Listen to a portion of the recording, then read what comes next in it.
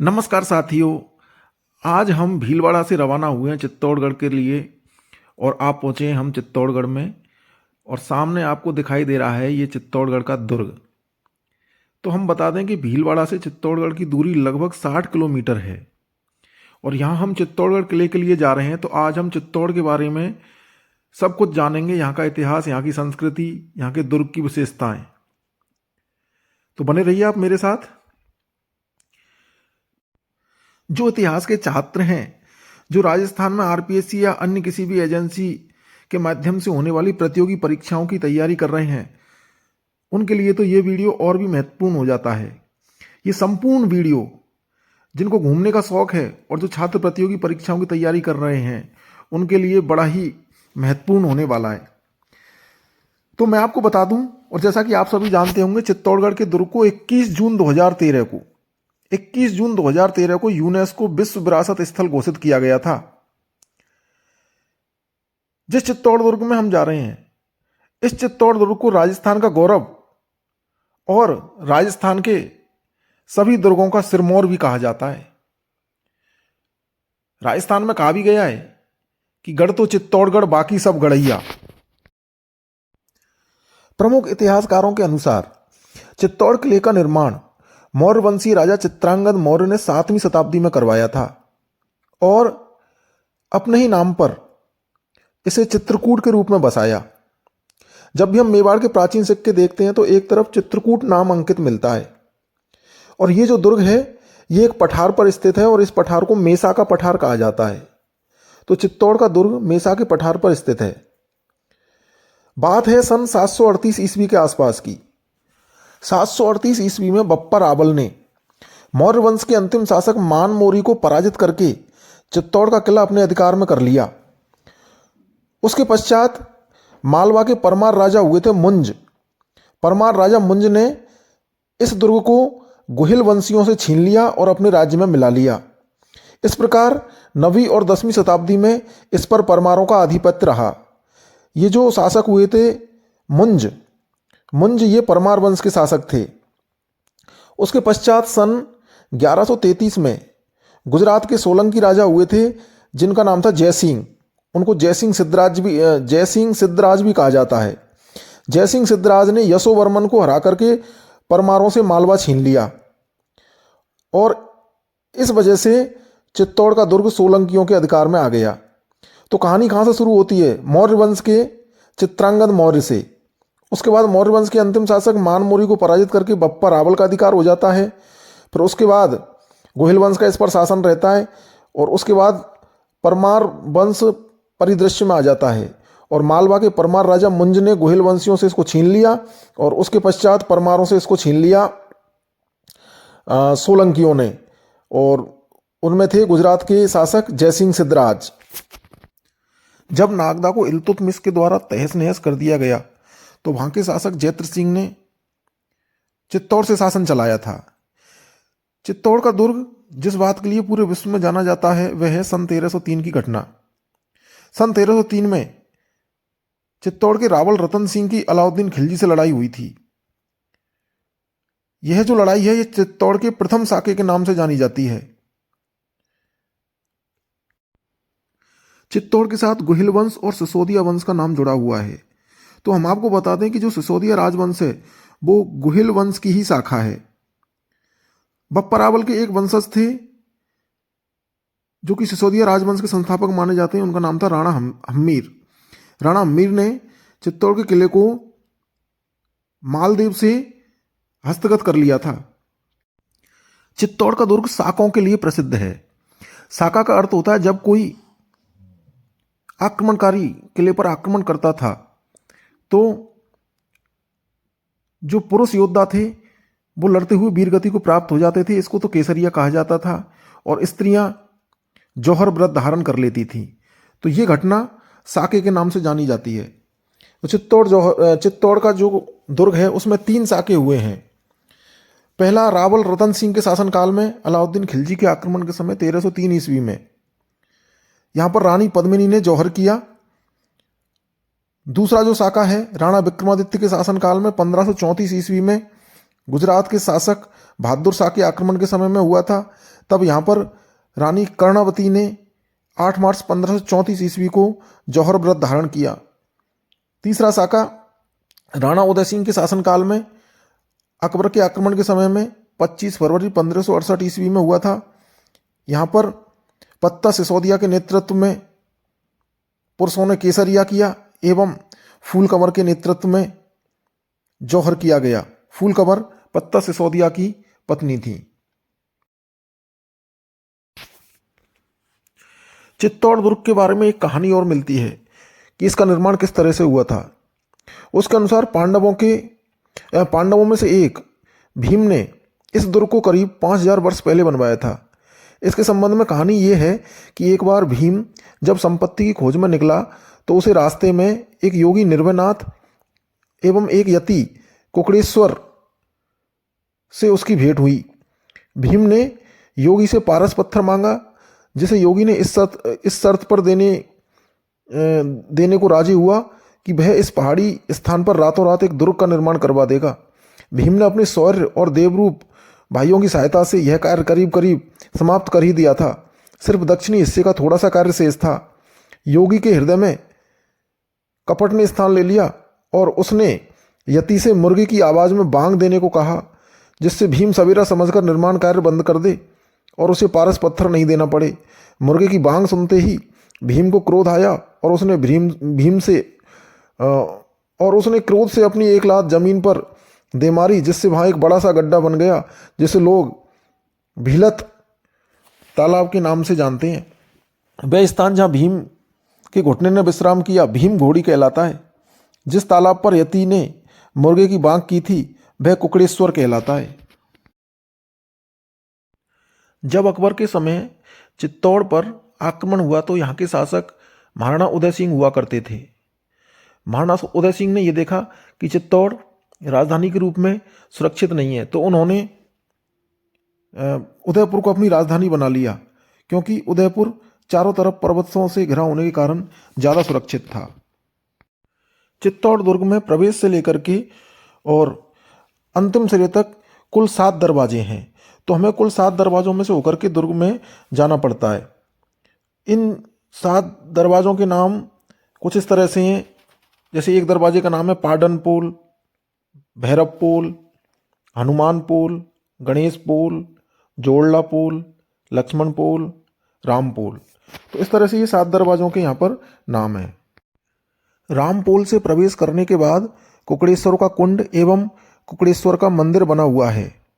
माना जाता है कि ये दोनों रचनाएं महाभारत काल की हैं और पांडव पुत्र भीम से जुड़ी हुई हैं। इसके बाद हमें हिंगलू आहाड़ा के महल तथा रत्नेश्वर तालाब दिखाई देता है। रत्नेश्वर कुंड से आगे एक छोटा सा दरवाजा दिखाई देता है, जिसको लाखोटा की बारी कहा जाता है। माना जाता है कि लाखोटा की बारी के पास ही अकबर की गोली से जयमल लंगड़ा हो गया था। लाखोटा की बारी से आगे हमें कीर्ति स्तंभ दिखाई देता है। यह कीर्ति स्तंभ 75 फीट ऊंचा है एवं 7 मंजिलों का एक भवन है। इस कीर्ति स्तंभ का निर्माण 14वीं शताब्दी में दिगंबर जैन संप्रदाय के बघेरवाल महाजन सानाय के पुत्र जीजा ने करवाया था। यह जो कीर्ति स्तंभ है नीचे से 30 फुट तथा ऊपर से 15 फुट चौड़ा है।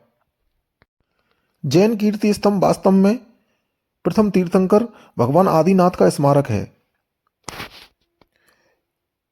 इसका ये जो जैन कीर्ति स्तंभ है इसका महाराणा फतेह सिंह जी ने पुनर्निर्माण यानी कि मरम्मत भी करवाई थी। जैन कीर्ति स्तंभ के पास में ही भगवान महावीर स्वामी का मंदिर है। इस मंदिर का जीर्णोद्धार महाराणा कुंभा के राज्यकाल में ओसवाल महाजन गुणराज ने करवाया था। महावीर स्वामी मंदिर से थोड़ा आगे बढ़ने पर नीलकंठ महादेव का मंदिर आता है। नीलकंठ महादेव मंदिर के बारे में कहा जाता है कि इसकी जो विशाल मूर्ति है उसको जो पांडव थे भीम वो अपने बाजुओं में बांधे रखते थे। नीलकंठ महादेव मंदिर के बाद किले के पूरब की तरफ एक दरवाजा जो सूरज पोल के नाम से जाना जाता है। ये जो सूरज पोल है ये दुर्ग से नीचे मैदान में जाने के लिए प्रयोग में लाया जाता था। इस दरवाजे के पास एक चबूतरा बना हुआ है जो सलूम्बर के चूंडावत सरदार रावत साईंदास जी का स्मारक है। रावत साईंदास जी अकबर की सेना के विरुद्ध लड़ते हुए वीरगति को प्राप्त हुए थे। इसी किले में हमें महाराणा रायमल द्वारा निर्मित अद्भुत जी का मंदिर एवं राज टीला तथा चतरंग तालाब भी मिलता है।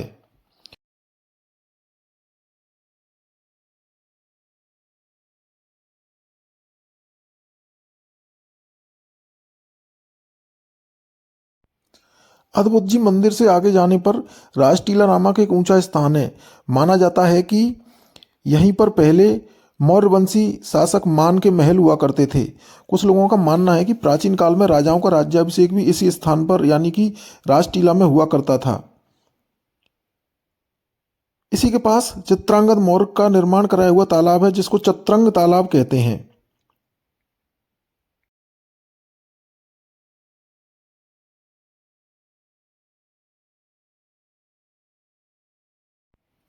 दुर्ग का अंतिम दक्षिणी बुर्ज चित्तौड़ी बुर्ज कहलाता है और इसी के पास एक टीला बना हुआ है। कहा जाता है कि यह टीला अकबर ने बनवाया था ताकि वह किले पर आक्रमण कर सके। प्रत्येक मजदूर को प्रत्येक मिट्टी की टोकरी हेतु अकबर ने एक एक मोहर दी थी, इसलिए इसको मोहर मगरी भी कहा जाता है। इससे पहले कि हम आगे बढ़ें, कुछ बातें विजय स्तंभ के बारे में जान लेते हैं। विजय स्तंभ को विष्णु स्तंभ भी कहा जाता है।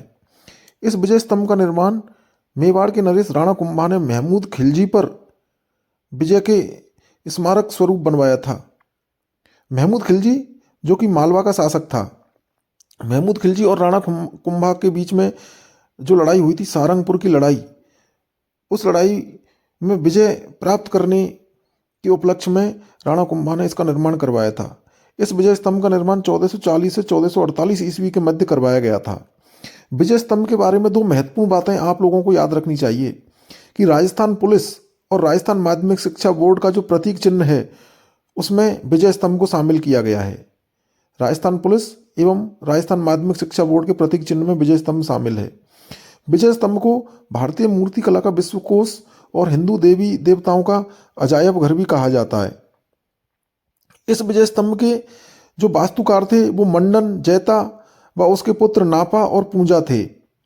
उपेंद्र नाथ डे ने इसको विष्णु ध्वज कहा है क्योंकि इसकी पहली जो मंजिल है उस पर विष्णु मंदिर है।